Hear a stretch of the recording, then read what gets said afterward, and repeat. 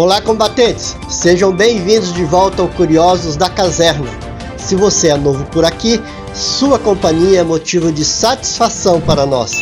Meu nome é Carlos Batista e eu convido você a se inscrever em nosso canal. Se você já é um de nossos inscritos, nosso muito obrigado. Olá, combatentes! Nesse episódio nós vamos falar sobre um assunto bem delicado, que é a visita do presidente Jair Bolsonaro à Rússia nesse mês de fevereiro de 2022. E a possibilidade da Rússia invadir a Ucrânia nesse mesmo período enquanto nosso presidente estiver no solo russo. Segundo fontes que conhecem muito bem a movimentação russa, Vladimir Putin está aguardando o mês de fevereiro, possivelmente quando a neve na região já estiver mais espessa e, portanto, com mais possibilidade de movimentação dos seus blindados, para então poder lançar um grande ataque à Ucrânia por vários flancos, incluindo a fronteira a leste, onde a Ucrânia faz fronteira com a Bielorrússia. Dessa forma, os russos pretendem fazer uma guerra rápida, chegando até Kiev, capital ucraniana, em no máximo uma semana, e ocupando todo o centro do poder ucraniano, para então instalar naquele lugar um governo pró-Moscou.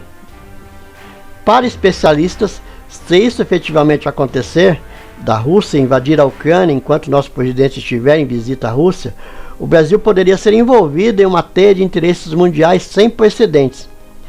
Várias nações, através de suas chancelarias, têm sugerido que o presidente Bolsonaro suspenda a sua visita a Moscou nesse momento de crise. Porém, ao que tudo indica, o Itamaraty confirmou a visita do presidente à Rússia. O Brasil tem sido cobrado por ambos os lados para que se posicione no caso do conflito Ucrânia-Rússia. É tradição da diplomacia brasileira manter-se neutro, mas nesse momento em que o Brasil volta a ocupar um assento no Conselho de Segurança da ONU e o nosso presidente pretende visitar uma nação em via de guerras com outra, é fundamental que nossa diplomacia tenha toda a cautela.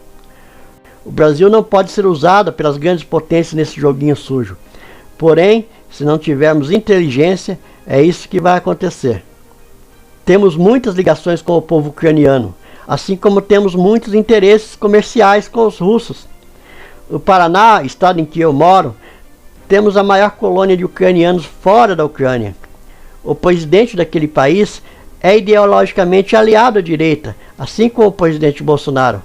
Qualquer movimentação no sentido de apoiar os russos nessa crise pode minar as relações brasileiras. Neutralidade é a melhor solução para o Brasil neste momento.